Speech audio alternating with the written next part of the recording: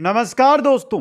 NCERT RBSC पाठ्यक्रम पर आधारित हमने शुरू की थी कक्षा 6 से 12 तक सामान्य विज्ञान जनरल साइंस दोस्तों, जिसके अंदर सबसे पहले हम देख रहे थे भौतिक विज्ञान।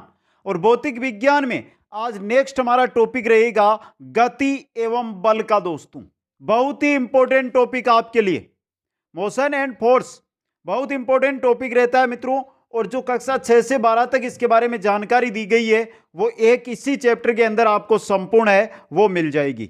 एक बार सभी साथी वीडियो को लाइक शेयर कर दें और जो नए साथी है वो चैनल को जरूर सब्सक्राइब करें। बाकी के अगर आप क्लासें अटेंड करना चाहते हैं तो आपको कक्षा 6 से 12 भौतिक विज्ञान के नाम से प्लेलिस्ट मिल जाएगी, वहां पर प्लेलिस्ट बनी हुई है, वहां पर आपको क्लासें मिल जाएगी।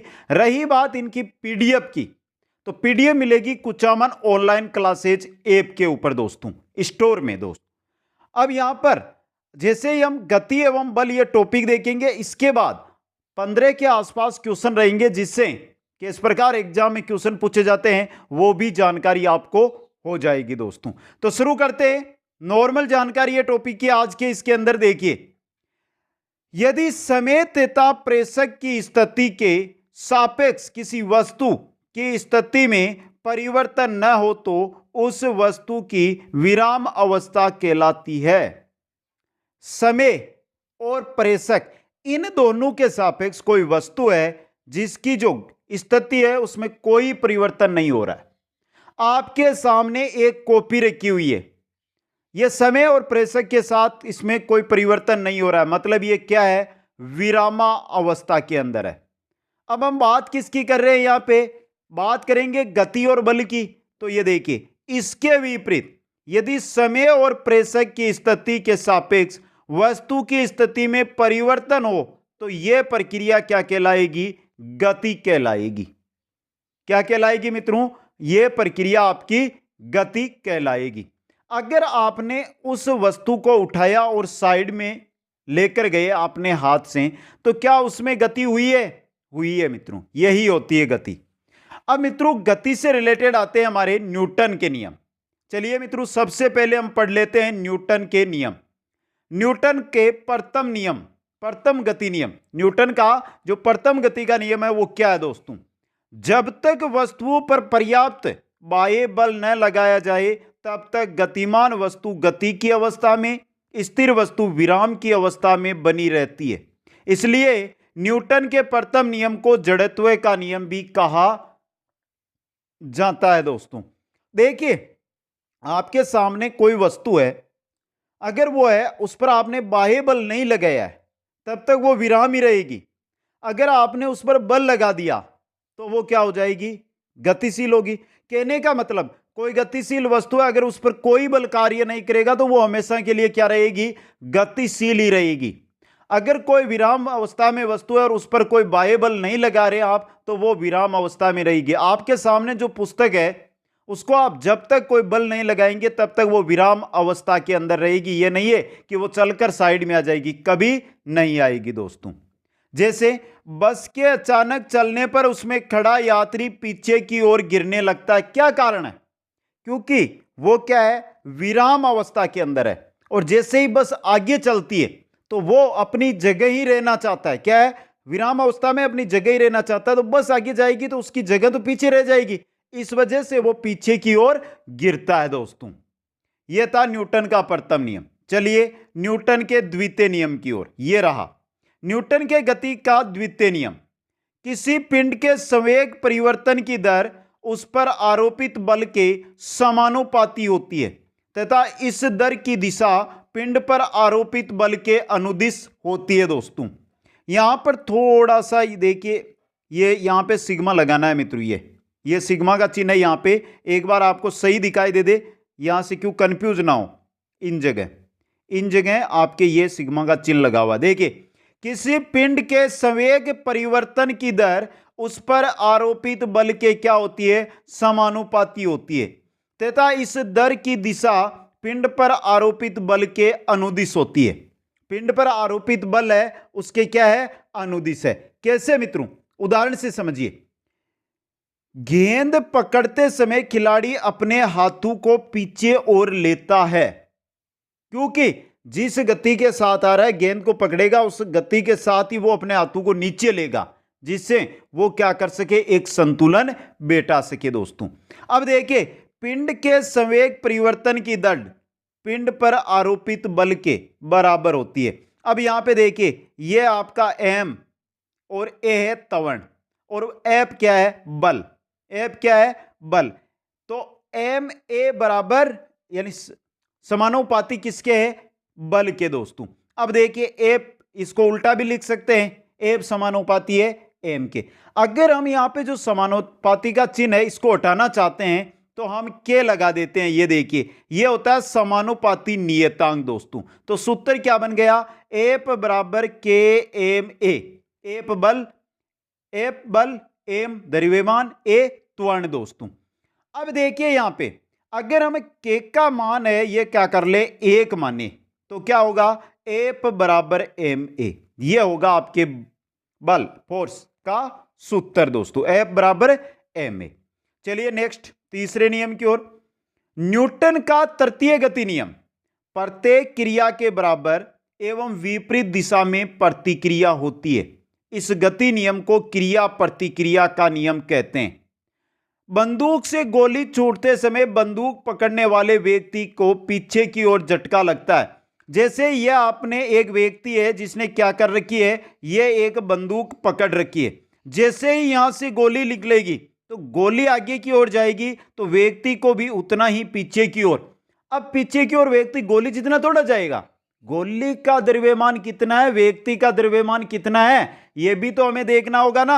एफ बराबर एम ए, द्रव्यमान तो मुख्य है ना यहाँ पे बल में, तो द्रव्यमान के अकॉर्डिंग अगर गोली छोटी है और व्यक्ति है जो 60 किलोग्राम का है, जबकि गोली 100 ग्राम की है, तो गोली तो बहुत दूर जाएगी लेकिन व्यक्ति थोड़ा सा पीछे क्या है, धकेला जाएगा। यही होता है क्रिया प्रतिक्रिया का नियम दोस्तों। रॉकेट एवं वायुयानों की गति भी इसी पर क्या है, निर्भर करती है। तो ये थे न्यूटन के तीनों नियम दोस्तों। आगे चलिए, आगे आएगी आपकी दूरी। क्या होती है दूरी? गतिमान वस्तु द्वारा एक विशिष्ट समय अंतराल में तय किए गए मार्ग की संपूर्ण लंबाई दूरी कहलाती है। एक गतिमान वस्तु है जो यहां से गतिमान हुई और वो कहां पर चली गई है, यहां पर चली गई है, तो ये बीच का जो डिस्टेंस है ये क्या कहलाएगा, ये दूरी कहलाएगा। और दूरी क्या होती है, एक अदिश राशि, मतलब इसमें दिशा नहीं होती है दोस्तों। बात करें विस्थापन की, तो गतिमान वस्तु के प्रारंभिक एवं अंतिम बिंदु के मध्य की न्यूनतम दूरी उस वस्तु का विस्थापन कहलाती है। विस्थापन एक सदिश राशि है जो वस्तु की स्थिति में परिवर्तन को दर्शाती है। अब मित्रों, यह वस्तु यहां से निकली, यहां पर जाती हुई यहां पर चली गई। अब यह तो क्या हो गई, आपकी दूरी है, लेकिन विस्थापन तो यह है इसका, यह क्या है, विस्थापन है मित्रों। जो सीधी दूरी है यह विस्थापन है। और विस्थापन के अंदर देखिए एक दिशा है, इस दिशा में हो रहा है। दूरी में तो ये इधर से चलता चलता इधर चला गया, कोई दूरी के अंदर दिशा नहीं थी, लेकिन विस्थापन में तो आपको दिशा दिखाई दे रही है ना कि इस जगह। तो विस्थापन क्या हो गया, सदिश हो गया, दूरी अदिश राशि है दोस्तों। आगे चलिए, नेक्स्ट में आएगा हमारे चाल।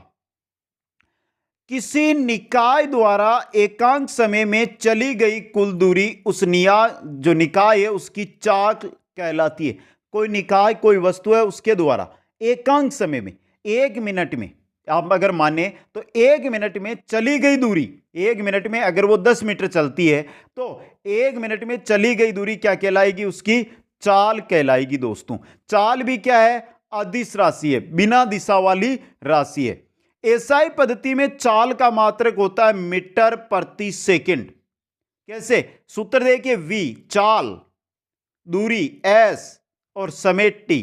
अब देखिए 1 मिनट के अंदर कितनी दूरी चल रहा है, वो 10 मीटर चल रहा है। कितना चल रहा है, 10 मीटर। तो 10/1 हो गया वी का मान, 10/1 बराबर 10 मीटर प्रति सेकंड। ये क्या हो गई मित्रों, चाल हो गई, 10 मीटर प्रति सेकंड, ये चाल होती है। आगे चलिए, नेक्स्ट हमारे आ रहा वेग। समय के सापेक्ष किसी गतिमान पिंड के विस्थापन की दर उस पिंड का वेग कहलाती है।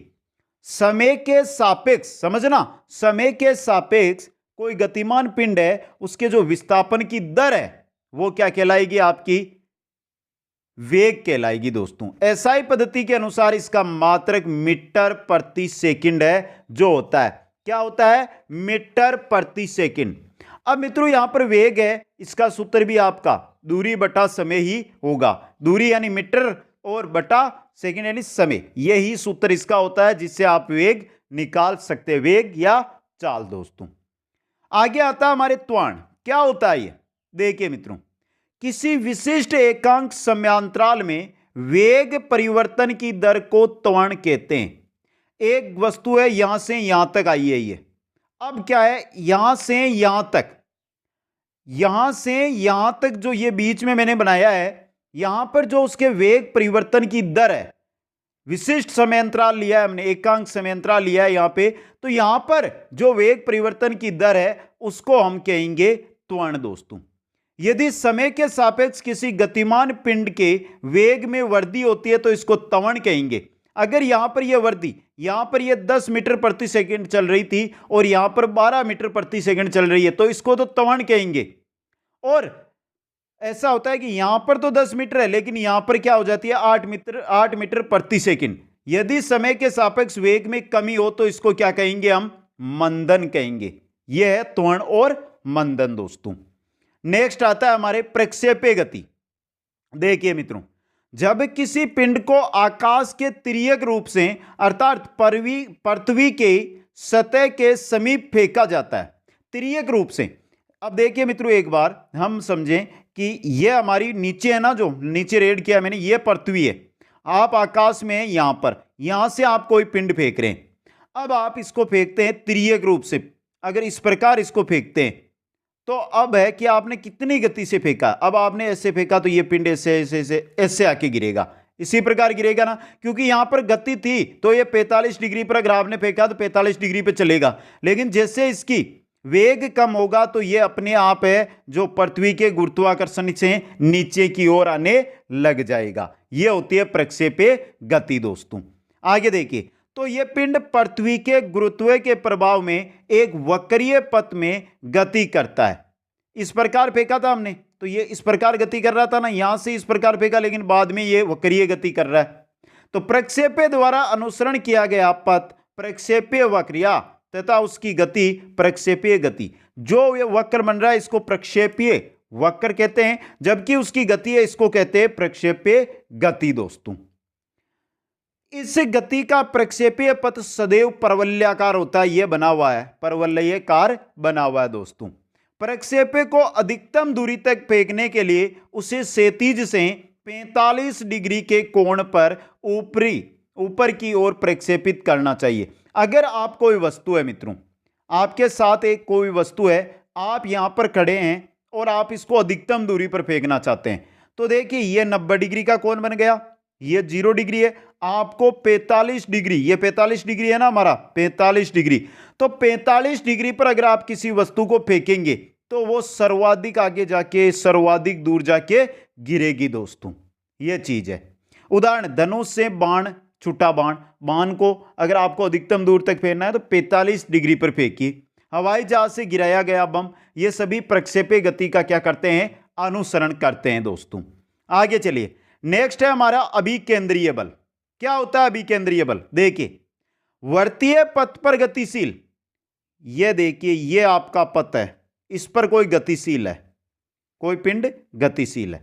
अब देखिए, वर्तीय पथ पर गतिशील पिंड पर कार्यरत विभिन्न बलों में से एक बल की दिशा सदैव केंद्र की ओर होती है। जब यह इस प्रकार घूम रहा है तो इस पर इस प्रकार बाहर की ओर बल भी लगते हैं, लेकिन एक बल है जो हमेशा किस ओर लगता है, केंद्र की ओर। जो ये मध्य में केंद्र है ना, इस ओर एक बल लगता है, समझे मित्रों, जिसे ही अभिकेंद्रीय बल कहा जाता है। और इस बल के अभाव में वर्तीय गति संभव नहीं है। अगर आपके साथ आपने रस्सी से एक पत्थर को बांधा, ये रस्सी है, इस पत्थर को बांधा, यहां से आपने उसको पकड़ लिया है, फिर आप इसको इस प्रकार घुमा रहे हैं, अगर आपने रस्सी को छोड़ दिया तो क्या ये वर्तीय गति करेगा? नहीं करेगा, क्योंकि अभिकेंद्रीय बल नहीं है इसके पास, तो ये गति नहीं कर पाएगा। जब तक आपके हाथ में रस्सी है और आप इसको घुमा रहे हैं तब तक ये क्या करेगा, घूमता रहेगा दोस्तों। यह है आपका अभिकेंद्रीय बल दोस्तों।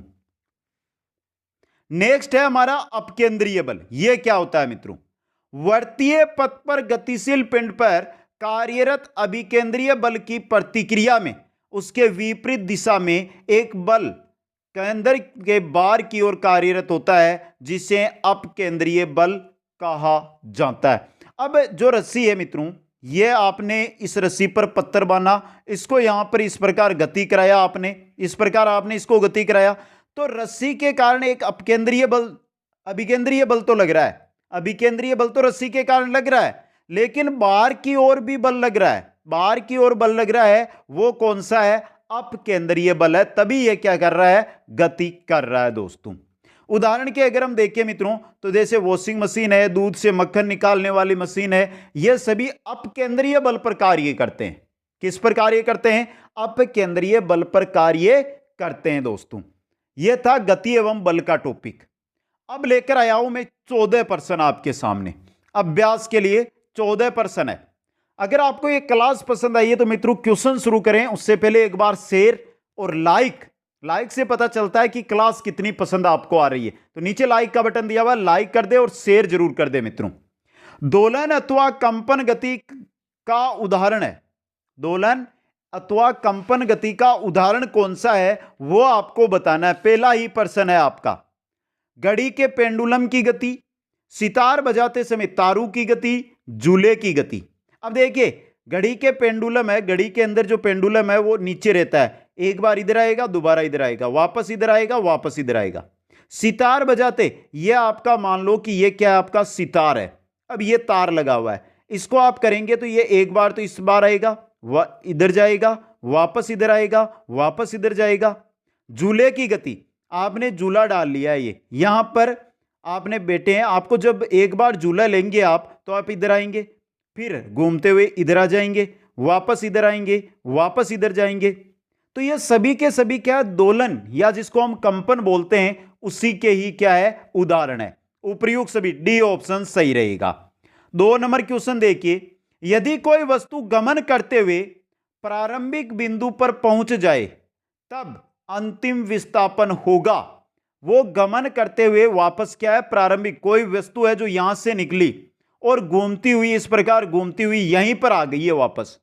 अब पूछा इसका विस्थापन कितना होगा? चली गई दूरी के बराबर 1, 0 या गणना संभव नहीं है।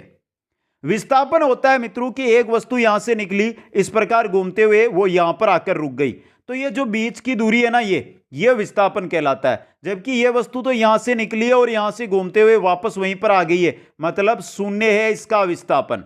ऑप्शन सी सही रहेगा। आगे चलिए 3 नंबर में, पदार्थ के संवेग और वेग के अनुपात से कौन सी भौतिक राशि प्राप्त की जाती है? संवेग और वेग, इनसे कौन सी भौतिक राशि है जो प्राप्त की जा सकती है दोस्तों? वेग, त्वरण, द्रव्यमान या बल? बताइए मित्रों। संवेग और वेग से कौन सी? द्रव्यमान। कौन? दो द्रव्यमान है वो प्राप्त की जा सकती है। नेक्स्ट है आपका, प्रक्षेप्य गति यानी प्रवलयाकार में दीर्घतम प्रयास प्राप्त करने दो, अधिकतम दूरी तक कोई पत्थर आप फेंकना चाहते हैं प्रवलयाकार प्रक्षेप्य गति के द्वारा, के लिए लंबी कूद कूदने वाले खिलाड़ी को किस कोण पर कूदना होगा? एक विद्यार्थी है जिसके सामने ये कूद का है, अब वो यहां से आ रहा है दौड़ता हुआ।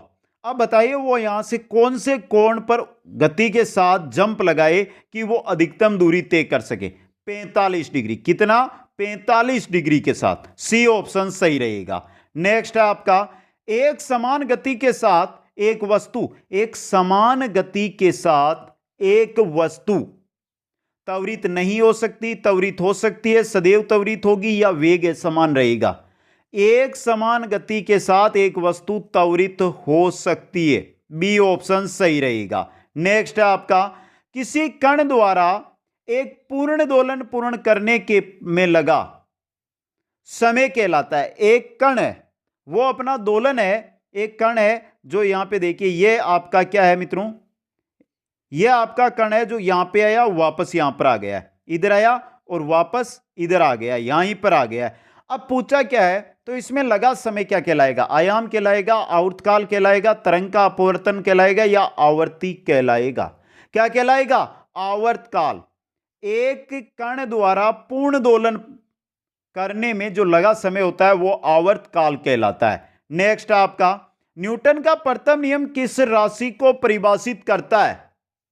न्यूटन का पहला नियम किसको करता है? संवेग, क्रिया प्रतिक्रिया, त्वरण या बल। न्यूटन का जो पहला नियम है, जब तक वस्तु का पर कोई पर्याप्त बल ना लगाया जाए तो अगर वो गतिमान है तो गतिमान रहेगी, इस तरह तो स्थिर रहेगी, मतलब बल को परिभाषित करता है। डी ऑप्शन सही रहेगा। क्वेश्चन नंबर 8 है, गेंद पकड़ते समय एक क्रिकेट खिलाड़ी निम्नलिखित में से किसको कम करने के लिए अपना हाथ पीछे की ओर लेता है? ऊपर से ये गेंद आ रही है, ये क्रिकेट खिलाड़ी के हाथ हैं, जैसे ही गेंद आएगी तो क्रिकेट खिलाड़ी इन हाथों को यहां पर नीचे की ओर लेकर आएगा। किसको कम करने के लिए? बल, संवेग, आवेग या इनमें से कोई नहीं? संवेग, क्या संवेग को, क्या या आवेग को? आवेग को कम करने के लिए। सी ऑप्शन सही रहेगा। नेक्स्ट है आपका, त्वरण से संबंधित सूत्र बताइए। यहां पर त्वरण से संबंधित सूत्र कौन सा है मित्रों? इंपॉर्टेंट क्वेश्चन बन सकता है। त्वरण से संबंधित सूत्र है वो आपको क्या करना है, बताना है। तो त्वरण से संबंधित सूत्र है ए बराबर वी माइनस यू टी।